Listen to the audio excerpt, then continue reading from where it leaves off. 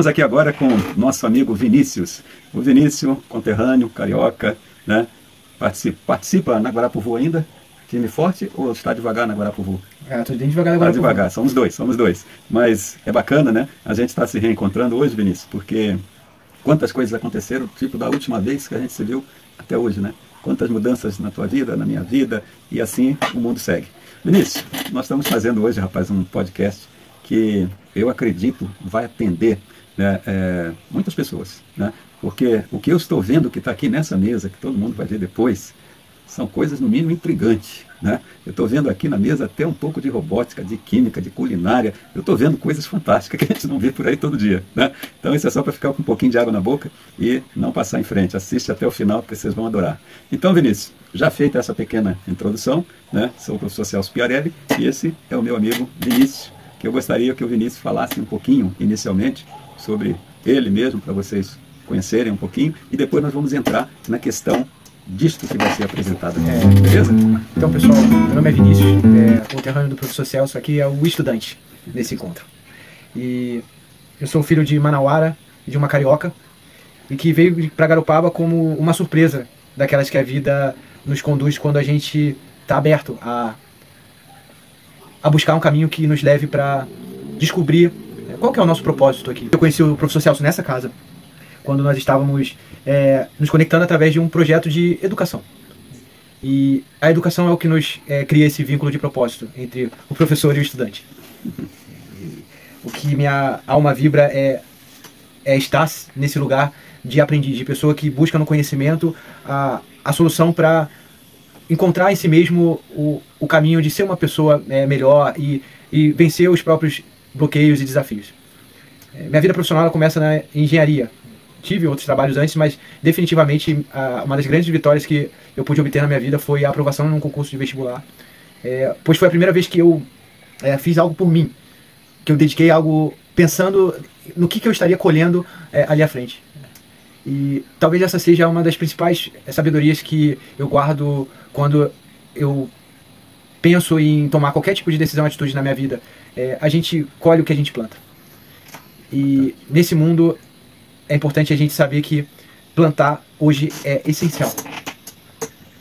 Vivemos uma nova fase da humanidade, de um avanço tecnológico sem precedentes, do tamanho de dimensões que a gente mal consegue compreender.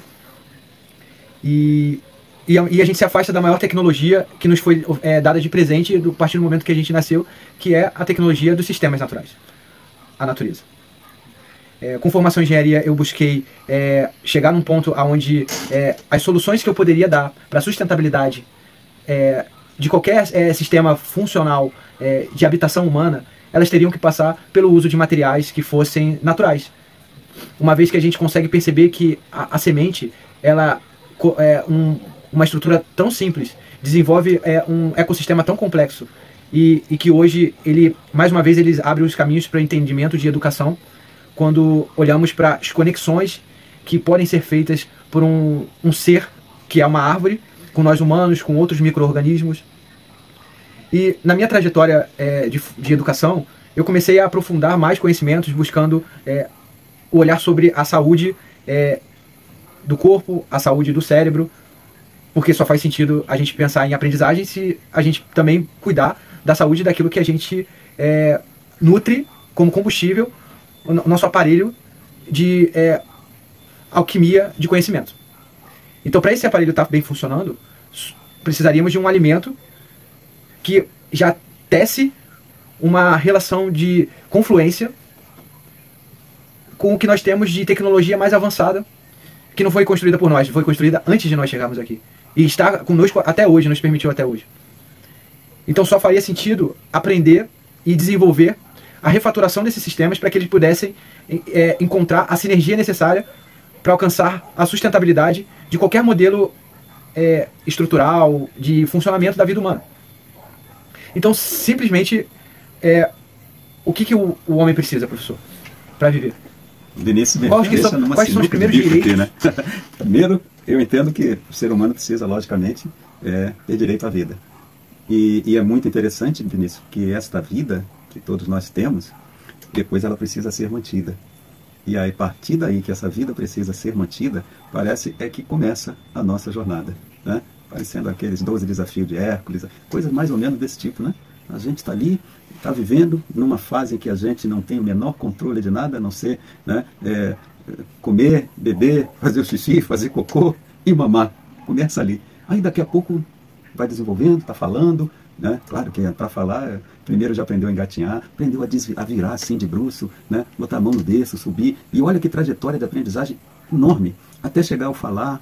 E depois que chega ao falar, vai caminhando mais, aí daqui a pouco nossas instituições, né, nossa sociedade oferece para nós, nessa fase, uma escola, né, um lugarzinho de ócio para a gente poder sentar ali e ficar isolado de tudo, e com isso poder aprender e ir formando-se aos poucos aquilo que não foi formado lá naquela gestação materna, né? Então, quando você bota a questão da natureza, isso aí parece que faz expandir, brilha, né? Porque nós vivemos uma vida que a gente precisa mantê-la, e tudo se torna mais coerente quando a gente vai ao encontro da natureza e perceber o que a natureza nos oferece para nos subsidiar, para vivermos a vida boa, que, digamos, todos nós também temos direito.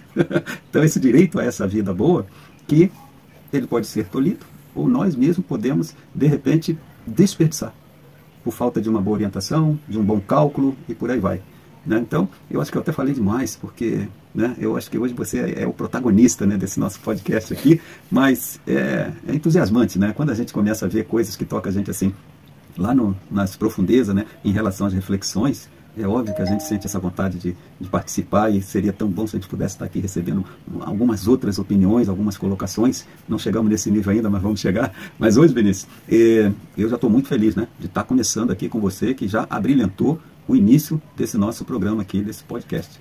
E eu notei o seguinte, Vinícius, talvez a gente vai precisar já. Ó, você falou tão pouco, mas eu já estou sentindo que vai ser necessário mais uma vinda tua aqui, depois.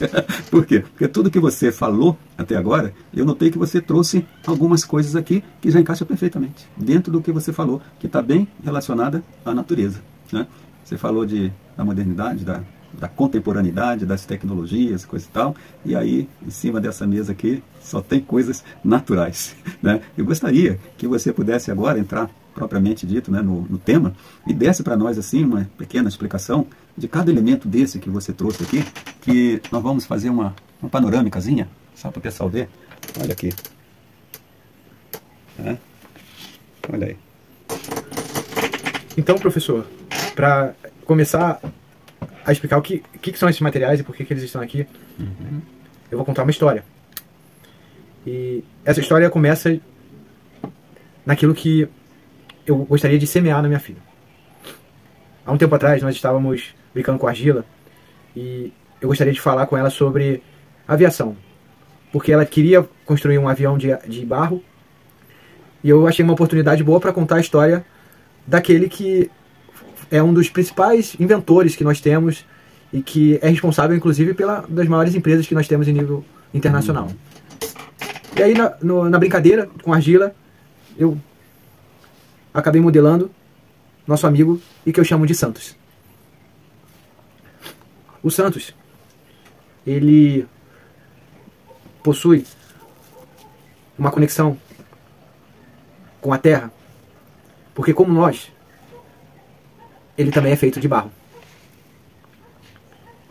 E a história dele começa quando a gente começa a colocar as sementes nesse barro para dar vida ao pensamento do Santos. Ele poder inventar. Porque o Santos vai navegar numa jornada nesta canoa.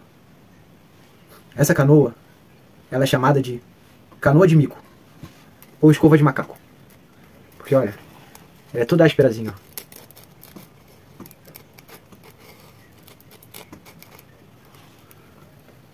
Ela também é parecida com uma outra semente, que tem os cabelinhos assim, e mostra como funciona o design da natureza. Esse aqui é o nosso urucum.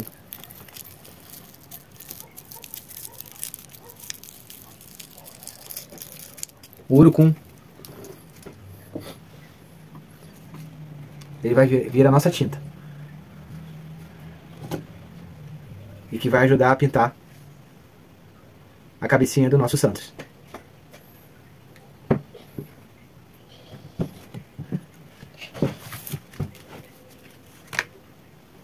E para construir o pensamento do nosso Santos, a gente vai colocar os primeiros tijolos, utilizando materiais naturais, como esses aqui, que é barro e fibra de coco, que constrói casa.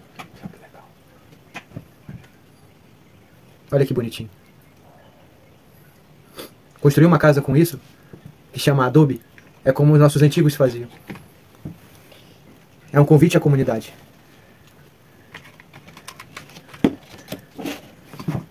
Que para ajudar os santos nessa jornada em direção ao mar, toda a mão vai ser necessária. Esses são projetos que eu faço para brincar com a minha filha. E esses projetos ajudam a ela a se conectar com materiais que a própria natureza nos fornece para criar uma casa, uma história, uma educação. Com a semente de urucum, minha filha pinta o rosto a si mesma. Com uma semente voadora, como é a de ipê, por exemplo, ela aprende sobre, assim como os santos, que através do conhecimento é possível a gente voar para todos os lugares. Ela experimenta que um pedacinho desse, uma semente como essa, que parece um mistério, porque a gente não sabe que tipo de árvore ela é, vira uma cerejeira do Rio Grande, uma frutífera nativa, e que se plantada com a canoa de mico, o urucum, o ipê, nós temos uma agrofloresta. E que nessa floresta a gente pode usar a terra e o coco para construir a nossa casa. E aí, o pensamento dos santos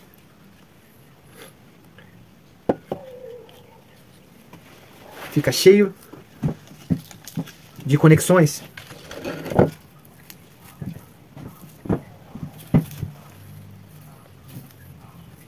que fazem pontes.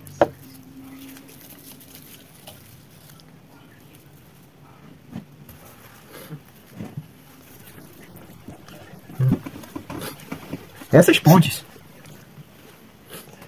podem ganhar vários caminhos. Podem virar um livro. Foi esse livro que minha filha fez, junto com o amigo e com a mãe dela na escola. Qual que é o título do livro, filha? O Perfume do Alecrim. E esse livro fala sobre o quê? Sobre o piu-piu e o au-au e o alecrim. O que aconteceu com eles dois? O Perfume do Alecrim.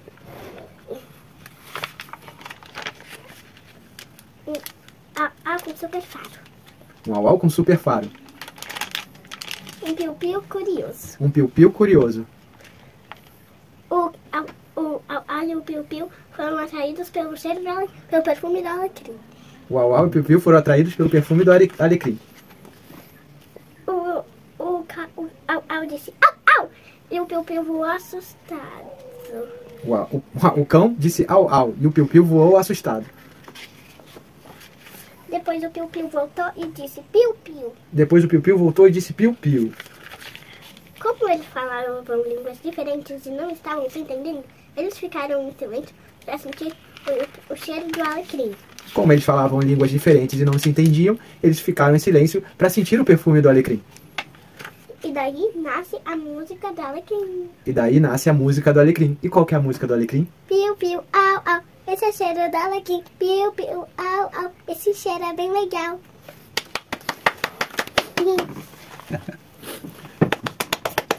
Tudo isso faz parte de uma grande brincadeira que é voltada para que a gente crie as conexões com os nossos filhos e nós possamos aprender junto com eles a ter relações de vínculo amorosos e que constroem pontes, que criam símbolos, que formam uma inteligência nessas crianças, para que elas construam as próprias histórias, utilizando os materiais brutos que a gente ofereceu, que a natureza nos oferece, de maneira que, a partir de agora, a sustentabilidade seja feita reproduzindo os sistemas inteligentes, que são os sistemas naturais, que já estavam aqui antes de nós, e que por algum momento nós escolhemos nos afastar. Mas hoje, a gente ainda assim, né, aplica nossas tecnologias para nos dar uma mão, porque é assim que a gente vai conseguir o apoio para que essas crianças alcancem as novas habilidades, as novas profissões que vão surgir. E sejam cuidadores melhores do habitat que a gente vive, do que nós tenhamos sido até hoje. Se nós não formos eficientes nesse cuidado, nós podemos agora mudar fazendo essa escolha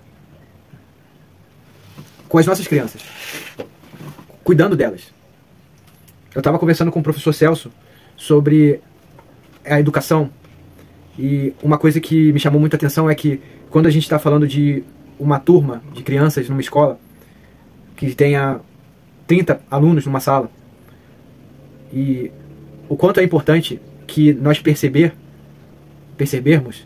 que 30 alunos representam 30 educações diferentes, específicas. E que para isso é preciso ter um cuidado para olhar para o ser humano. E os pais olhar para si mesmo.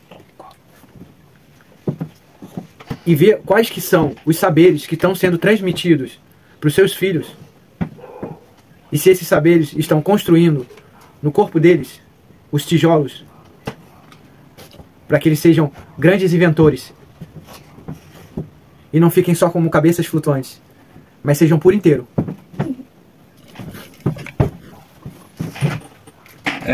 A sua historinha improvisada, até onde eu conheço assim de educação, eu diria que ela se encaixa perfeitamente, porque você trouxe um alerta, né? Um alerta que, por incrível que pareça, países que avançaram muito em tecnologias dentro da sala de aula, muitas estão retroagindo em busca da melhoria, porque as tecnologias não trouxeram aquilo que o pessoal pensou que as tecnologias seriam capazes de fazer. E aí você está trazendo o natural, né? Estamos reinventando a roda, porque a roda funciona. E a gente se perdeu um pouco, né? Alguns países ainda estão perdidos, o Brasil está perdidíssimo, né, em relação a essa questão. Até onde eu sei, os Estados Unidos, na década de 80, se perdeu totalmente com a questão empresarial e misturando empresas com escola, aquelas coisas lá dos reformadores empresariais, que isso é um assunto para um outro momento, mas os Estados Unidos amarga até hoje, né, a década apagada para a educação, né? E aí eu fico preocupado que... Não preocupado, né? Mas eu realço uma observação. Os Estados Unidos, maior potência do mundo, e de repente ele está deixando de ser. E é interessante que, coincidentemente, a educação lá decaiu. E um outro país que parece assim, vai suplantar os Estados Unidos, economicamente falando, a educação lá está melhorando cada vez mais. Dá para a gente fazer uma correlação, né, entre um país que valoriza a educação, o quanto que ele pode crescer, e um país que já é grande e desvaloriza a educação, quanto que ele pode cair. Então fica aqui uma espécie assim de uma abertura, né, para um próximo encontro, onde a gente vai poder discutir mais propriamente dita a educação. Eu sei que você tem várias colocações e experiências, né, dentro da educação, onde você pode nos enriquecer, né? Você estudou inclusive fora do Brasil, e eu vou querer te fazer umas perguntinhas sobre essas coisas lá, né? Porque eu acho que isso vai ajudar bastante as pessoas, né? Nós, né? A gente se situar realmente para todo mundo ter uma noção da realidade que a gente está, para ver para onde ir e o que fazer para ir até lá, né? Eu vou considerar da minha parte encerrado, e agora eu gostaria que você fizesse aí as suas considerações finais, né? E já deixar meio engatilhado, né? Já se comprometendo em a gente fazer um número 2 desse podcast, né? Para que a gente consiga entregar a coisa completa. Beleza? Então valeu, meu amigo. Então, tá contigo. Faça as suas considerações. A gente conversou sobre como a educação ela faz com que um país ele apresente melhores índices com relação ao tratamento e cuidado à sua população. A melhoria evolutiva de um contexto social, ela está diretamente ligada à qualidade de investimento que é oferecida à formação das pessoas que compõem aquele ecossistema de pessoas, né? Aquela sociedade, as comunidades.